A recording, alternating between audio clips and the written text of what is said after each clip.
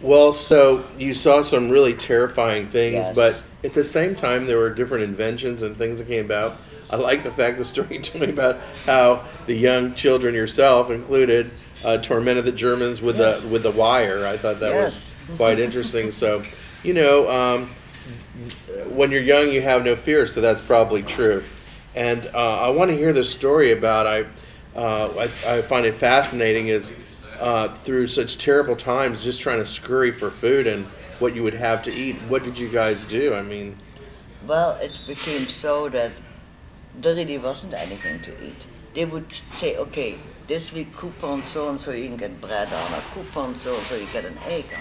But there was nothing. So you would have to go into the farmland, go to the farmers. And they were cashing in. They never had it so good because they were taking all your porcelain the and money jewelry. was no good. The money Right. was no good. They knew when the war was finished, the money was no good. Right.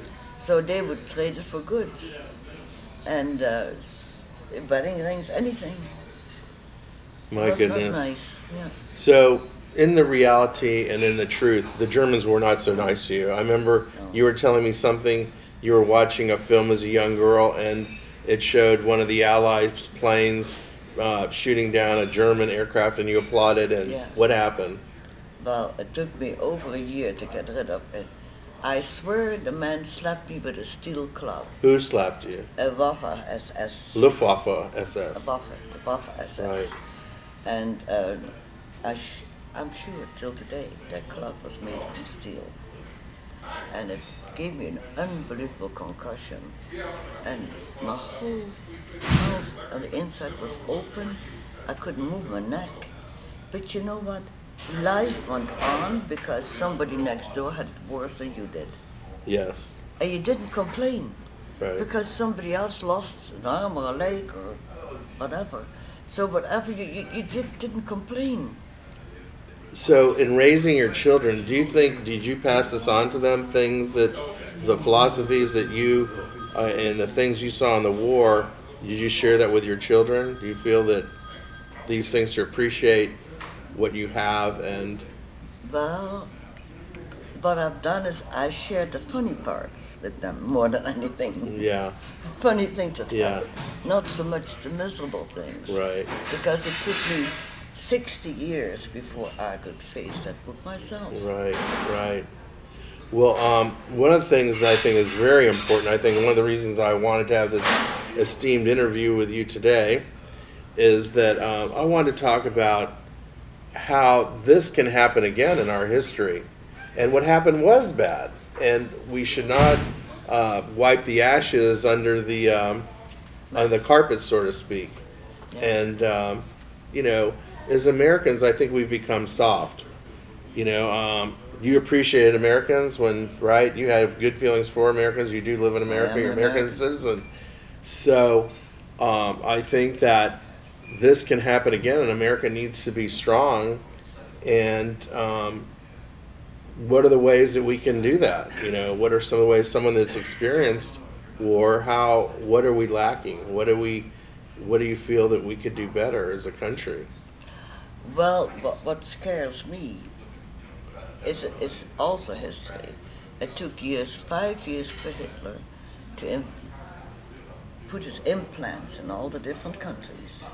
For 5 years long, he had people placed here and there. The doctors, the this, the that, the that. And then, so when Hitler came, these people were already in their places. They knew all about the people. They knew all about the different departments. So it And I was set think up that way in anyone advance. can It do didn't that happen. today. It did not happen overnight. So It took a it had a 5-year 5-year plan. plan. Uh-huh. And I think most people don't understand that. I think they think one day it was Blitzkrieg, No. or at least that's what the textbooks tell us. The Germans were entering, invading Poland, but this was a plan over 5 years. That's Is what right. you're telling me. 5-year plan. Now, see, this is experience of what someone that has been through it knows, and we shouldn't be so naive to think that that's not happening today. Correct. Correct? I agree with Would you say? 100%, yes. And I think our Absolutely. country, our soldiers, gosh, they're really the backbone of our country. You know, they are giving everything they have to protect us and the servicemen and women abroad and what they represent. America, So true. and sometimes doing the right thing is not always the most popular thing. You see, and I think that's why we get criticized as a country a lot. But it takes courage to do the right thing. Yeah. And I think today I'm really big on it. I think our country has become so feminine, and that we have become soft, and that we have to go back to what made us strong and what Americans are by bringing in immigrants and living the American way. And I think our country will be much stronger, and I think we should need to start telling the truth. Yeah.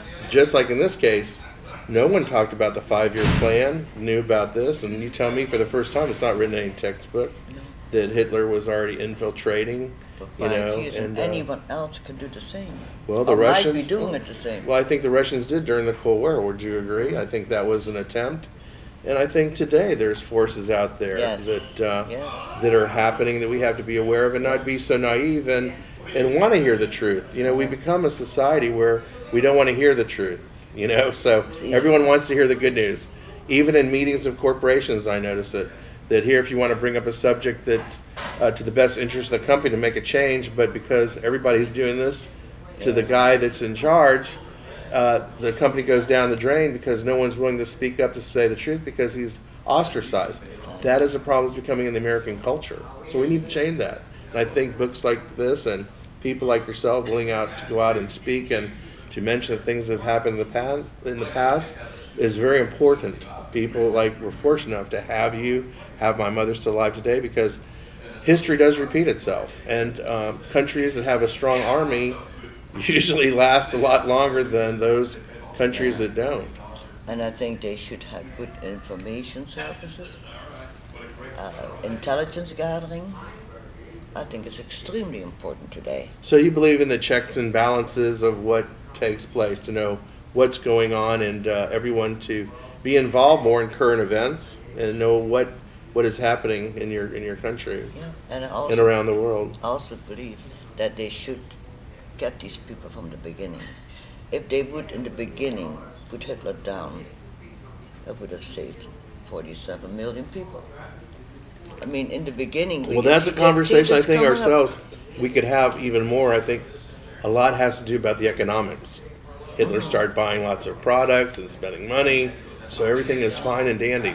And that's kind of a danger all over the world, but in our country too. Just because someone has money and is very extravagant, that doesn't mean they're a good person, right? So we need to look and see things a little bit deeper and teach our children to look at things a little bit differently. Yeah, and if you study history, every war has always been fought over economy. Right. It's always been economy from time began. Because I've been studying and all this for years, and every war is economy. Yeah, You I have agree. something I want. So let's tell the truth. Why are our troops over there? A lot has to do, I believe, with the economy as well.